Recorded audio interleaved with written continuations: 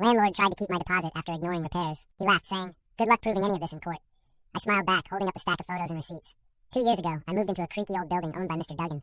His reputation for being stingy with repairs was legendary among tenants. Leaky pipes, broken windows, you name it. But I was desperate, and the rent was low. I figured I could deal with it for a while. Duggan swaggered around, convinced he had all his tenants wrapped around his finger. Everyone just put up with it, assuming their security deposits were as good as gone.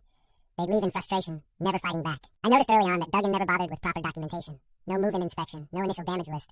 So I started documenting everything myself. Every creaky floorboard, every flickering light. I created a digital archive, timestamps included. Over time, I collected receipts for minor repairs I made myself. Duggan never suspected a thing. To him, I was just another pushover tenant. When I gave my notice, Duggan sent me a curt email. "Don't expect your deposit back after all the damage you caused." I expected this move. He had done it to others, but this time, he picked the wrong fight.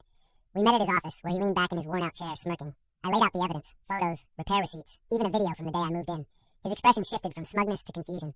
I had also printed a copy of the state's tenant rights, where it clearly stated his obligation to maintain the property.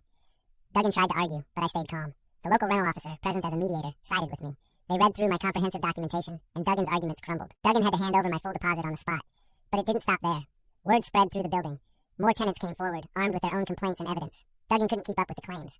Eventually, he had to sell the building, losing his primary source of income.